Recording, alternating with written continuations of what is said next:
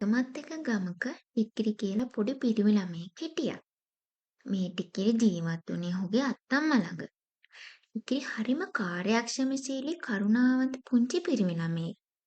ටිකිරි හැමදාම උදෑසනම අත්තම්මා නැගිටින්න කලියෙන් නැගිටින්න පුරුදු වෙලා හිටියා. ටිකිරි අත්තම්මට උදෙන්ම ගෙදර සියලු වැඩවලට උදව් කරලා හැමදාම සතුටින් පාසලට යනවා.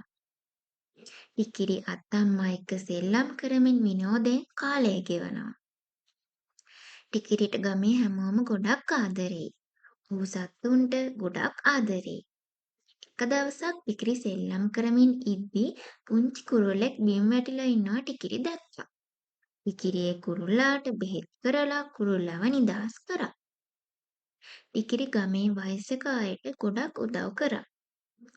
බණ්ඩි සීයා ගොඩක් මහලු කෙනෙක් නිසා ඔහුට මේ ටිකිරි හැමදාම උදේට ළිඳෙන් වතුර අරන් දෙන්න පුරුදු වෙලා හිටියා. එක දවසක් මහ වැස්සක් ආවා. පුංචි බලු පැටියෙක් තෙමි තෙමි ඉන්නවා දැක්ක මේ ටිකිරි වැස්සෙම ගිහින් ළඟ තිබ්බ කෙසෙල් කොලයකින් ඒ පුංචි බලු පැටියාව ඔතාගෙන තුරුල් කරගත්. ටිකිරි ගමේ සියලු වැඩවලටත් හරිම ආසාවෙන් උදව් කරා. ගමේ පෙරහැර දවස්වලට ඔහු හරිම ආසාවෙන් පන්දම් අල්ලමින් තාලෙට නටමින් විනෝදයෙන් කාලය ගත කරා. ටිකිරි වයසින් කුඩා දරුවෙකු වුණත් ඔහුගේ ක්‍රියාවන් ගමේ මිනිස්සු ගොඩක් අගය කරා. ගමේ පුංචි ළමයින්ට පවා ටිකිරි හොඳ දේවල් අවවාද ගොඩක් දුන්නා.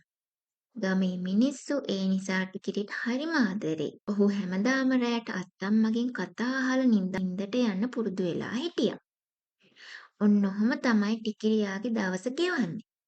ඉතින් අපත් අපේ ජීවිතේ හොඳ දේවල් වලින් සරසමු.